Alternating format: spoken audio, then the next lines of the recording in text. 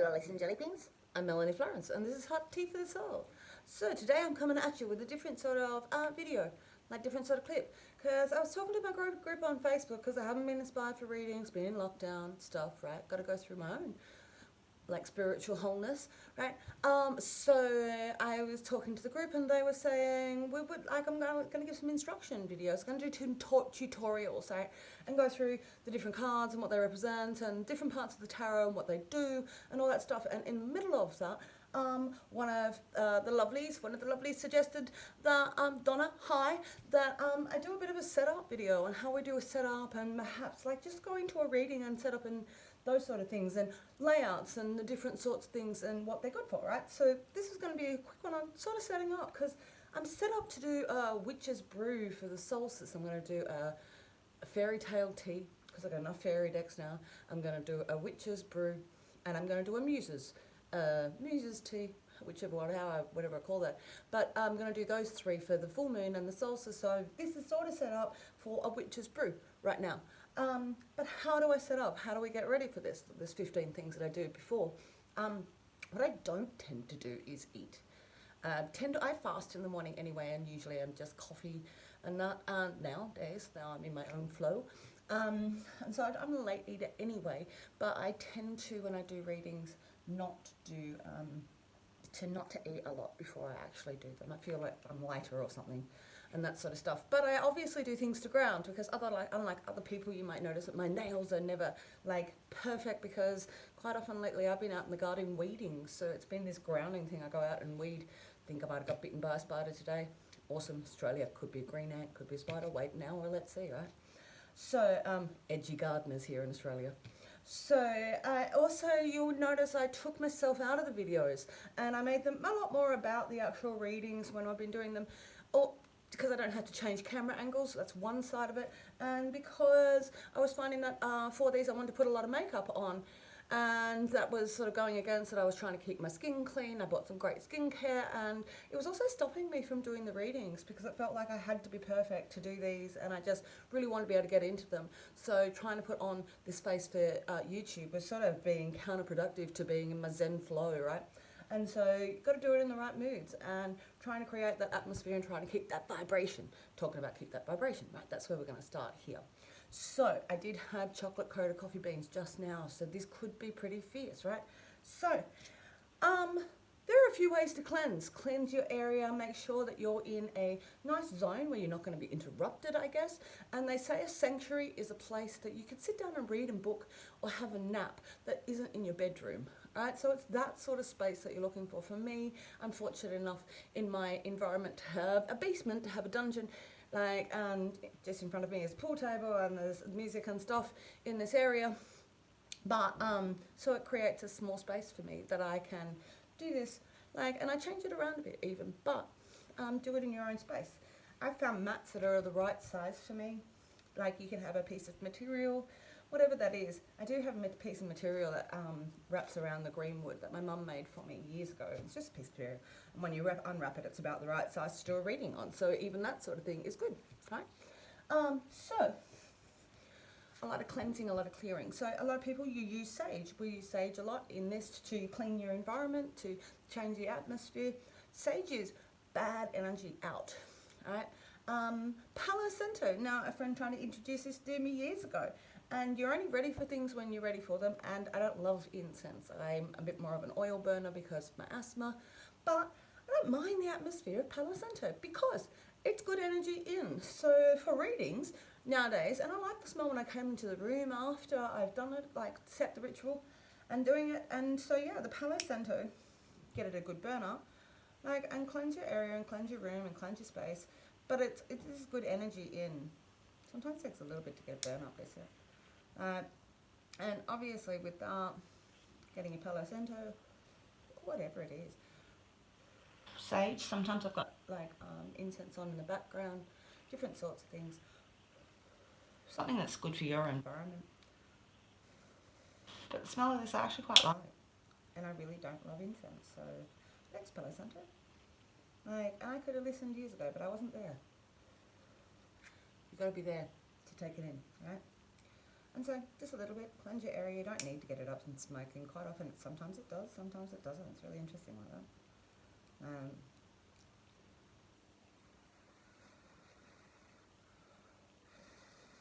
I find that this dies down pretty quick.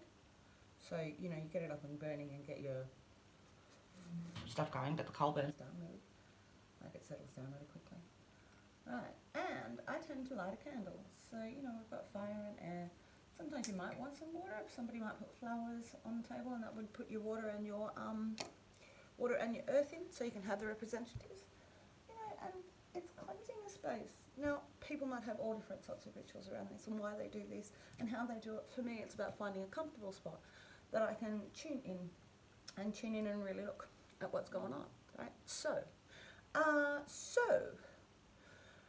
I might go through, because I was looking at this, and there's a lot of videos on this. There's one from Spirit Science, which I will put up on my Facebook page, and there's one, and it's in my in the YouTube channel, that Spirit Science goes through, and it talks about the journey, and it talks about the journey of the tarot, because it's all led by the Fool.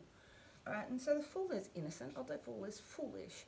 All right, but either way, it's about making a leap and starting a journey. And so that's what this is all walking through, is you, the Fool, the soul's journey. And we go through the whole thing, and sometimes we jump and we start again. And it talks about that jumping and starting and breaking down. And we go through the moments inside of it. And who we meet along the journey is what those archetypes are, and the bits of our soul that are tested or brought out. Like our strengths and our weaknesses, and what those challenges are is what we're really going through. And so, and then we go into the individual suits, right? And so the suits are something different. Again, it's like, you'll see, if you see my my regs, sometimes I'm doing ones that are about elements. I do a lot about elements, right? Because we break it up. We've got the fire, which is our spirit, our passion, our lusts, our intuition, our spiritual being, right? Our air, which is our intellectual being, our thought processes, our meditative being, our breathing is all connected to that, and how we communicate. And so then water, which is our emotional being, our emotional connections, our emotional trauma, our letting go of mourning, you know, those sort of things, our rebirth of our emotional being, and our happiness and joy, and where we find that, right? And so, and then we've got, you know, the earth suit, which is our practical being, our temporal being, our effect in the physical world, in a 3D world, money, finances, work, material, home, those sort of things. And they're represented by slow and steady sort of winds of pace, instead of like fire, which is charging in. That's an action sign, right? And so when you go through all of those and you connect with it, each suit, right, then we could talk about the numbers as you're going through. It's like 1 is always a beginning, and beginning in that suit. 2 is, it's usually about duality or partnerships or decision making, one side or the other. 3 is still an action card inside of it. It's about fulfillment, or it's about maybe sometimes 3 people and the interactions between that and the party of that bring joy or not. And then you know, 4, we have like a resting spot, right? So it's usually a rest inside there. It's a resting, healing spot in all of those suits, right? Inside of that. 5, it gets into action again. And 6, it's about triumph. It's sort of how we get over the hurdles. And 7 is a healing element, right? 8 is about bringing something heaven to earth. It's perpetual cycles. So inside of the air, you've got to be careful about not bringing your frustration into reality. But it is about bringing that so it's working hard and bringing stuff into reality and bringing something from your heaven into your earth, and we make that. And 9 is technically the actual Plymouth, because 10 is 1 and 1 again, and the 0. So it's the self and the fool, or the master and the student in each case, sort of thing. So we're sort of ending communication on that. But 9 is sort of, you know, your dedication to things, your respect for your journey. But it's your individuality inside of it all. And so then we obviously go into the different phases of our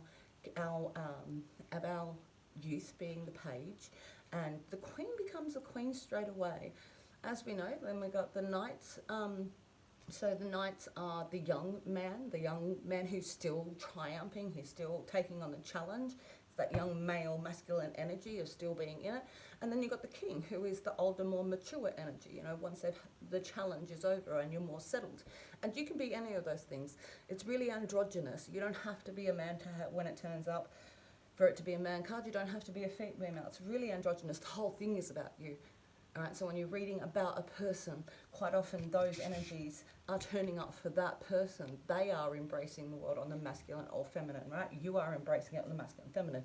It doesn't have to be about somebody else. Sometimes it signifies that somebody else is inside of the journey, inside of the thing.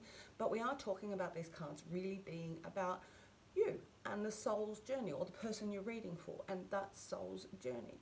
So that is sort of a bit of a nutshell of the upper arcana. I am going to go through each of the cards individually. I've already done an aces, and so I will go in and do all of those. But that's sort of a bit of a run through of how I set up and how I see the deck and the journey. I've always got books around me still with every deck that I've got. I still continue to read because every deck has brought a different aspect to the same card, which is really interesting for me personally. So it's been a journey that keeps going, because I've been doing this for like 25 years and getting all these decks, new decks and stuff. It's being a new soul journey for me. All right, so it's really interesting because I don't know how it works still, but I can tell you it does. I've done it in the most mysterious ways, like over the telephone, like across countries. It's now been ever evolving. I like to have a person sitting next to me, but we're in a different world at the moment. So like, it's nice to be able to share this sort of stuff. So if you do have any questions, if there are things, if you want to know that I haven't gone over, or you do want to know, like, I'm really into sharing the actual knowledge, because it's not something mysterious. It actually is something that you can sit down. It's got established stuff, right? So, you know what? Really, when you want to first start doing this, it's as easy as you can either pick up the deck, or endurance. Like, so it's got strength, right? Long-term stuff. Endure the storm. So, and 5 is always of the senses, is the other thing that I should have mentioned in there. 5 is always of the senses, right? All right, but you can just simply open the deck and go, well, there you are. Today I'm being the Knight of Communications. I'm giving information, I'm sharing information, it's direct information. Like, I'm looking above from without being emotional, and I'm perceiving it a different way. Or you could go 3 cards very simply. So this is just very simply tapping into, right? You go 3 cards, don't even have to shuffle. I'll pick that one. That's the past. That's the present. Let's look at what my future is. And there's the future. Oh, all right. So we got 2 of Wands being the past. See, we talk about 2, either hand, making a decision. What have I got in one hand? What have I got in others? This is of spirituality. 2 of Wands.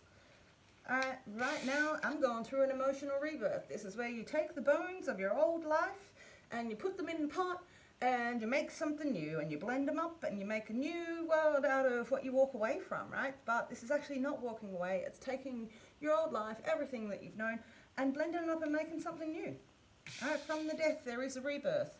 And going forward, we're going to get creative. Going to get creative about how I apply myself to the physical world. You can see this is a stones card. And this is a 3, so we're looking for fulfillment in stuff, but this one is about getting creative with the community, getting creative with how I apply myself to the world. You can see an idea in that that's growing, and that's a fertile idea that's growing inside of that card, right? So simple. I can see that from my cards. The greenwood was really good. The one thing that's really good that I never realized, I guess, until I get all the other cards, was that it comes with that one word on the bottom, and that makes so much difference. You got all these symbols inside of here, but for actually starting to read the cards, a deck that actually had that on the bottom, I think was actually probably advantageous to me. Like, I still referred to the book, like the book is still here, right? But I still refer to the book, and now I'll go back to it just because I want to recap and just not be making it up myself. So for years I referred to the book. Like, but you can see the signs and the symbols in the cards, and every deck brings up something different on that. So simply you can just draw one card and go, here, I got that. Let's sit on that today and let's just learn what that card is. And that's a good way to learn the deck. All right.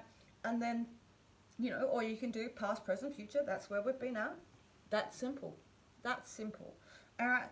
A Romany spread is 7 cards down the bottom, which is your past, 7 cards in the middle, which is your future, is your present, 7 cards on the top, which is your future. And that's a very traditional spread, and then we link what is next to each other and perhaps standing and the diagonals and stuff on side of that, but it's a very standard spread. If you wanted to do a full past, a full present, and a full future to get a full glimpse of where that progression actually is, that's a Romany spread. Like, I might have done a couple of those inside of here. Like, so you can make up your own spreads. What I will say about checking the deck every day, if you start doing it, some people get obsessed. You can get obsessed with turning the cards, right? And you look at it all the time, and you're looking. And sometimes you'll find with me, it kept on bringing up the card boredom, because it knew I was looking at the cards because I was bored. I was emotionally bored. I was bored. I kept on bringing up this Four of Cups over and over again, Four of Cups. And I was picking it up all the time. It's like, you're just doing this because you're bored. That's why. It was correct. And I'm going to say that one of the best readings I probably ever had came from really weird circumstances, in that I was fighting with an ex, and he said, all the cards are in your hand, and I was like, and I actually had picked up my deck and I threw it across the room. And the cards that turned up on the floor were more accurate as any reading that I've ever had. And so I did let all the cards fall that day and had a look at where they were. And it actually gave me a real scope of things that were hiding and things that were in plain sight. It actually was a really kick-ass reading.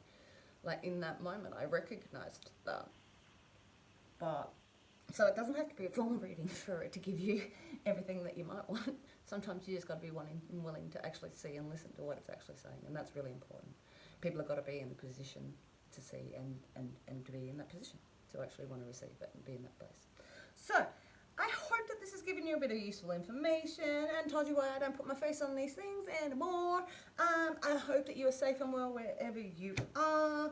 Sydney is a clusterfuck, so I'm coming to you from my basement. I hope you're safe and well wherever you are, and I will catch you on the flip side.